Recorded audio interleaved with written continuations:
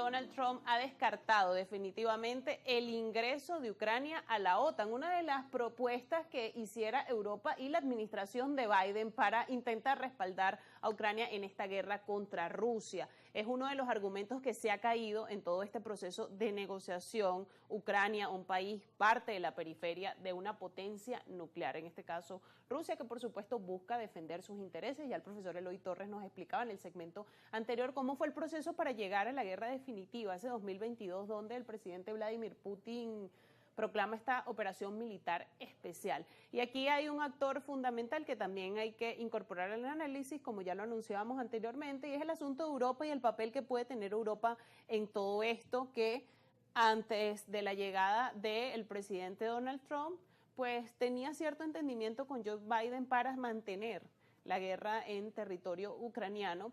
Ahora se le pone la cosa más complicada a Europa, ¿no? Cuando llega Donald Trump, que busca o que quiere, ya lo decía, como parte de sus promesas de campaña, acabar con el conflicto. Entonces, profesor Eloy, ¿cómo queda Europa en todo este asunto? Sí, va a quedar, lamentablemente, fíjense que hay una cosa que se destaca muy hábilmente por allí. En 1945, cuando se llevaron los acuerdos de Yalta, había una fotografía en la que estaban los tres grandes, que eran Roosevelt, Churchill, Roosevelt y Stalin. Bueno, esa fotografía es la que construyó el mundo en el cual nosotros estamos viviendo, el orden mundial con el cual nosotros estamos viviendo, independientemente que Roosevelt muriera en el mes de abril. Eso es otra cosa, pero yo me refiero al hecho político que se conformó, que fue la construcción de un orden que duró, es que está durando hasta ahora. Ahora ese orden fue subvertido, fue convertido en una especie de correderas absurdas detrás de un conflicto como que requiriendo repetir la espiritualidad cuando en la Primera Guerra Mundial, que todo el mundo quería la guerra y resulta que esa fue una guerra absurda, necia. Hay un detalle que Winston Churchill señala en uno de sus libros, que el presidente Roosevelt me pidió que por favor le diera una frase para explicar el conflicto de la Primera Guerra Mundial. Dijo, una guerra innecesaria. Es decir, que era una guerra que todo el mundo quería, pero nadie podía sostenerla. En este caso estamos en una situación similar. Europa se metió o apoyó pues los caballos para que corrieran hacia adelante, pero con unos caballos que no eran de ellos, eran caballos pagados por otros.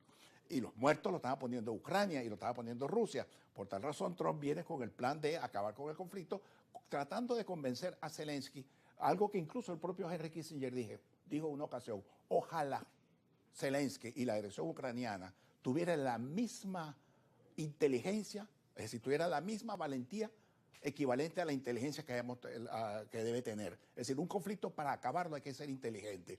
Y el caso de este conflicto había que acabarlo y tenía que sentarse a una negociación.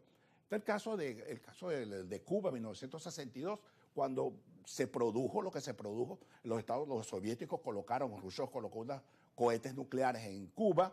Y bueno, vino la gran tensión, guerra, no sé qué, el bloqueo, hasta que por fin se pusieron de acuerdo los rusos, los soviéticos y los americanos, Kennedy y Khrushchev, y sacaron los cohetes de allá. Fidel Castro, por supuesto, se molestó muchísimo, entonces no pudo hacer absolutamente nada, porque no se iba a pelear ni con los rusos ni con los americanos, pero simplemente le puso en las paredes de la embajada soviética en La Habana, Niquita, muñequita, lo que se da no se quita. Con esto quiero decir pues que los actores, un poco siguiendo lo que señaló Tucídides, el famoso teórico de la historia griega, quien decía en un aforismo suyo, muy válido por cierto, dice, los poderosos hacen lo que pueden, mientras que los débiles sufren lo que deben. Un actor, como es el caso de Ucrania, que se embarcó en una autopista por querer ser miembro de la OTAN, aconsejado por Occidente, por esa Europa que hoy en día está en una situación de minusvalía, se embarcó en este conflicto y llevó a su país a esos millón y tantos de muertos, tanto rusos como ucranianos. Hoy en día lo que importa es la paz, acabar con esa tensión, hay que reconstruir a Ucrania, las economías europeas se tienen que reconstruir, pero Europa tiene que pagar un sacrificio, tiene que pagar un costo, porque eso no puede ser gratuito. Y en eso tiene Trump razón, diciéndole, o ustedes pagan, porque yo no lo voy a pagar por ustedes, sino yo me voy de aquí y le dejo ese asunto a ellos para que resuelvan ellos el problema. El asunto, por ejemplo, el detalle de las tierras raras que acusan a Trump de quererse coger las tierras raras ucranianas. Pero por favor, señores, ¿cuánto invirtió los Estados Unidos en ese conflicto?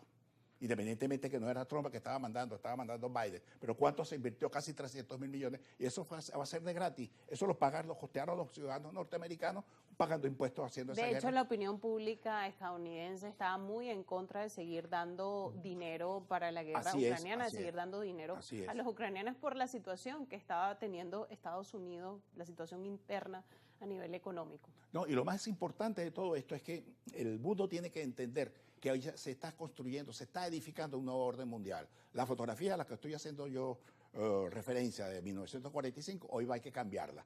¿Por qué? Porque van a ser 3 factores los que van a decidir la suerte del mundo. Van a ser los Estados Unidos, va a ser China y en menor medida Rusia, pero va a estar allí.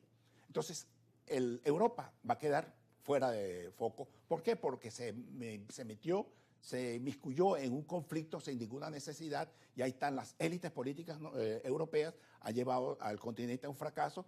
Y bueno, ¿y quién paga todo eso? Lo pagan los europeos, lo pagan los ciudadanos, han equivocado una política enmarañándose pues en unas visiones todas complejas que no le ha permitido salir adelante, y por esa razón Trump ha llegado, como ha llegado, a señalarles a ellos que tienen que aumentar del 2 al 5% para el mantenimiento de la OTAN en Europa.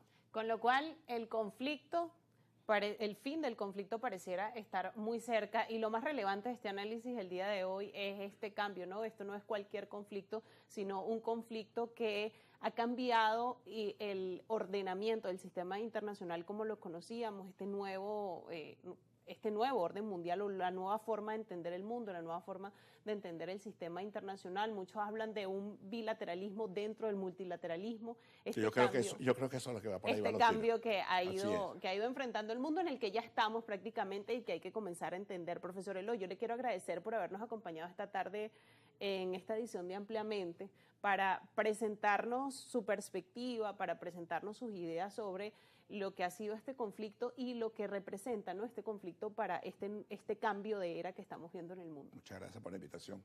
Gracias a usted, ha sido un placer como siempre escucharlo, y gracias a ustedes, amigos, por habernos acompañado una vez más en una nueva edición de Ampliamente. Por supuesto que esperamos que este tema haya sido de su agrado y de su interés, y si usted quiere revisar otras ediciones, como siempre le digo, puede ir a nuestro canal de YouTube, ahí está cada uno de nuestros programas, si quiere informarse, si quiere entender otras cuestiones que le ayuden a poder encaminarse en estos análisis relacionados con la política internacional. Allí en nuestro canal de YouTube usted puede ver cada uno de estos programas y cada una de estas ediciones, y también puede ponerse en contacto con nosotros a través de nuestra cuenta en Instagram, Ampliamente GB. Por allí nos puede escribir, hacernos sugerencias sobre qué temas les gustaría que tratáramos en cada una de estas ediciones. Como siempre, ha sido un placer. Feliz